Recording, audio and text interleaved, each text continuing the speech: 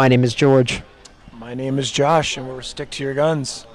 And you're watching The Heavy Press Interviews.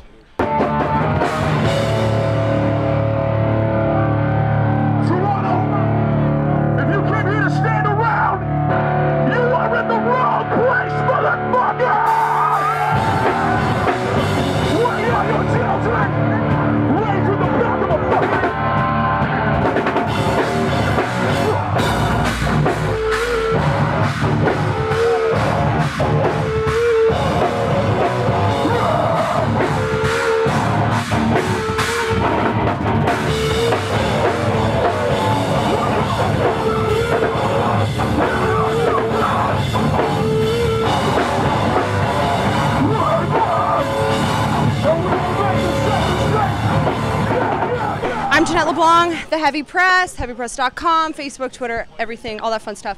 But what really matters is, who are you guys? What do you do? That is the real question. Who am I?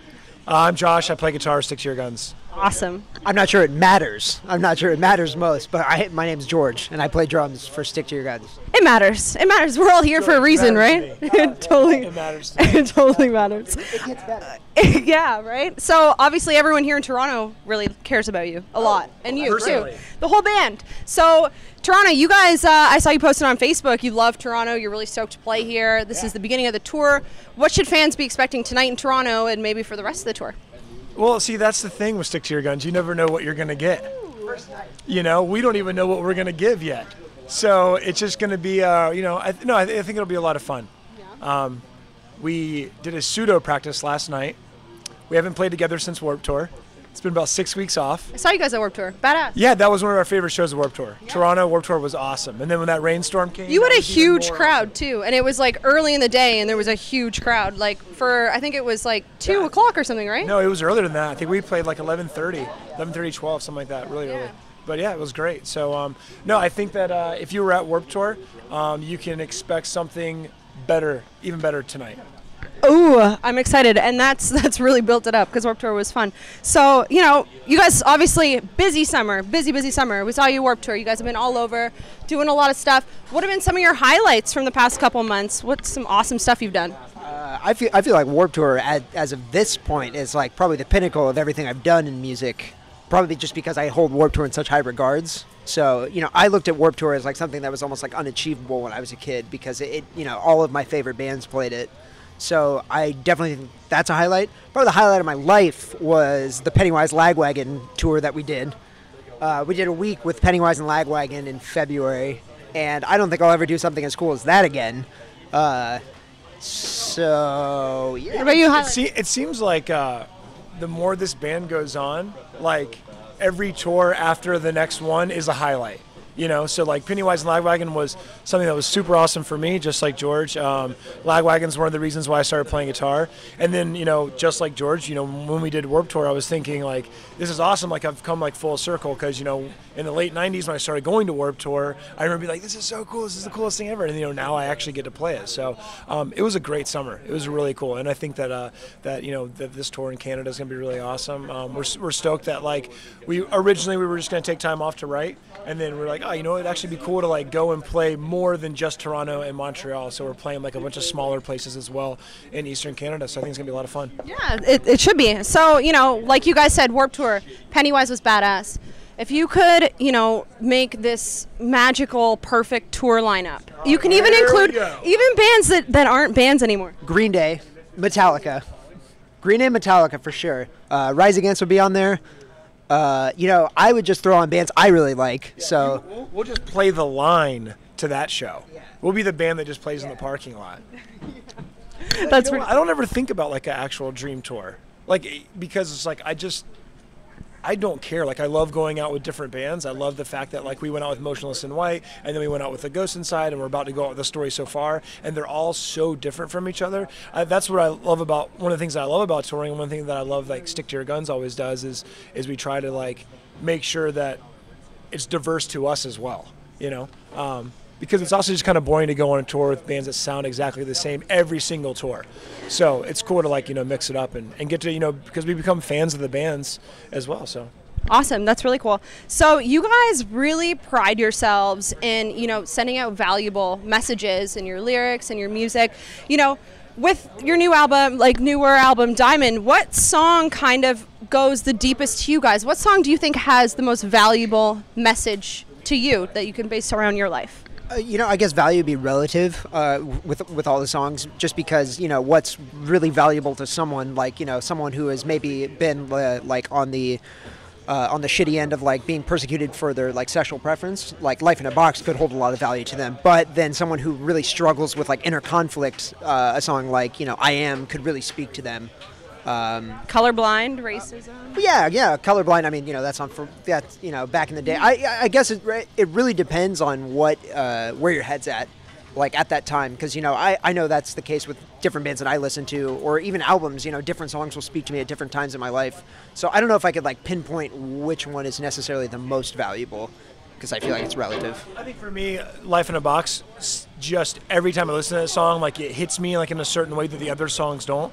I love the entire record, but that one I think really sticks to me because of, it's a song about, gay rights more or less, or how there shouldn't be any tolerance for homophobia. And I don't know, I guess that's something that gay rights is human rights to me, and it's just a very frustrating subject for me, and it's something that I strongly believe in. So when I hear that song, I genuinely get pissed off. You know what I mean? And it makes me want to be active, makes me want to go out and do something to change it for the better. Yeah, definitely. So now with these messages that you guys put out, obviously I've seen on social media, you have fans that come to you guys and say, you guys have done a lot for them. You've helped them through hard times. You've saved their life. Has this kind of ever happened to you guys? Do you have a music moment where you've really felt like that has helped me through a hard time with any other music? Just any moment in general? Absolutely. Because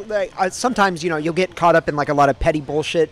With whether you're on a message board or something like that, and you lose faith in music, or you see something that really I guess it leaves a sour taste in your mouth. But then I'll remember oh my god, thank God I got into hardcore, thank God I got into punk rock. I don't know where the fuck I would be without the values that these bands instilled in my life.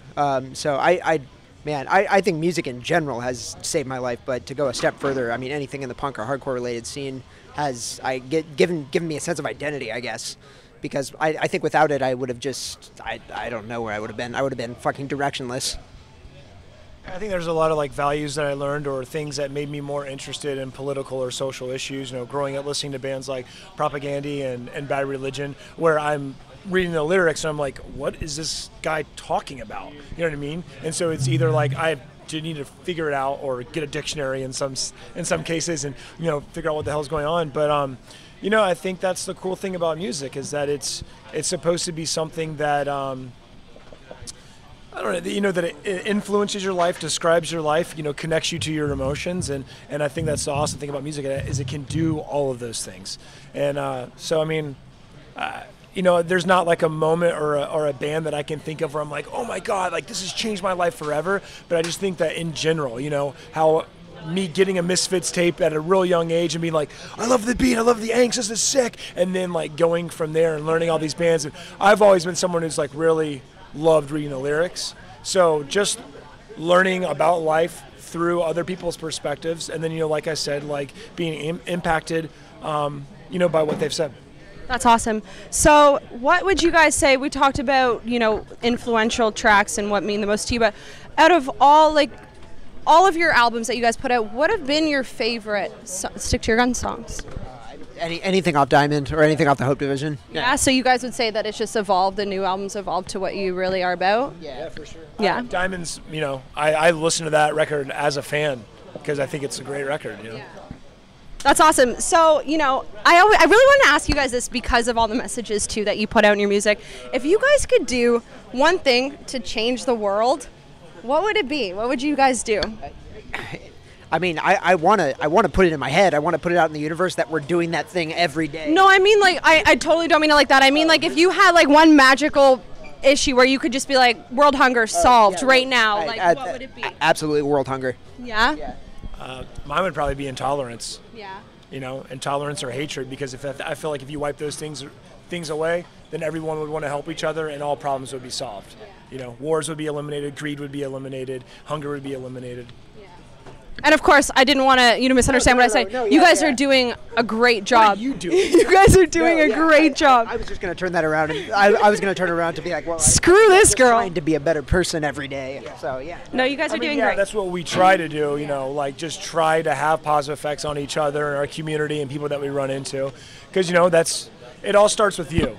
You know what I mean? It doesn't start with your government, or it doesn't start with your teacher, or it doesn't start with your parents. It starts with you and what you want to accomplish. Exactly. That's awesome. So last question, you know, what advice would you guys give an aspiring musician who's trying to, you know, kind of get to where you guys are now? I don't know if you've read the book Outliers, but there's the chapter about 10,000 hours, about how you need to put in 10,000 hours of like actual solid practice at something to actually like to master what you're doing. Like, I don't know, the chapter is crazy because they talk about like Michael Jordan, they talk about the Beatles, and everything is like, everything's formulaic if you really put in the work effort. You have to put in the effort. And so I see a lot of kids these days who like want to talk to me about it. It's like, yeah, like, I don't know, like I'm trying to get my band signed. You know, we don't have a demo or anything. I don't know. We're just like, someone should pick us up, right? And it's like, I don't know, because I come from a school of thought where it's, yo, we got to practice. We got to get as good as we can, and then we have to take all of the money that we saved up at our shitty jobs, and we're going to pour it into a demo, and then we're going to buy a fucking van that's for sure not going to make it through a tour, and we're going to go play to 5 people somewhere, and that's what we're going to do. And you're going to do that? There's 5 or 10, there's 10 or 15, there's 15 or 150, and there's 150 or 1,000. Yeah, this shouldn't just be given to people. Like, it should be something that you earn. And I'm not saying that from like a bitter, jaded standpoint. I just think that that's how it should work. And the people who get handed it are exceptions. At least I feel. If you're not putting forth the actual effort to better yourself at your instrument or to like actually like progress your band, then your band's not going to go anywhere. You can't copy someone else's path. You know, that's just going to be a trap for you. You have to make your own path. And, you know, I think it also really depends on what is your end result.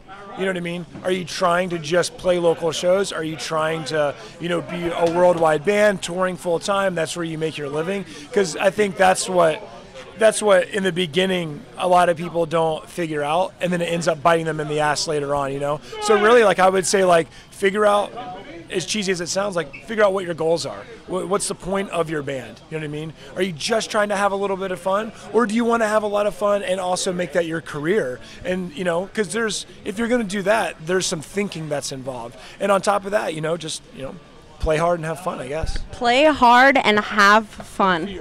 No fear. Chill out with the computers. Just chill out. Like, chill out? Yeah, just, you know, actually, like, play your instrument. Start out with some guitars, a bass, some drums, and some vocals. Back to the roots. And then go from there. And then, you know, if it fits the song, maybe add some extra accoutrement on top of it. You know, we can chill out without having, like, the fucking 30 layers of backing tracks. God knows what that's actually adding to your song. Yeah, it's true. And finally, too, what's next for you guys? We've got this tour going on. We're playing London tomorrow. That's next. That's next? Yeah. Next is we're going to play tonight. Yeah. No, we do the Story So Far tour. Oh, yeah. Actually, no. See you back here. We go to Australia with the Amity Affliction right after this, and then we come back here in all of U.S. with the Story So Far. Yes, we will see you then as well. That's another exciting thing to look forward to. So Toronto, if you don't make it out tonight, get here to catch these guys with the Story So Far. And thank you, guys. Thank you. Stoked for tonight. Thank you.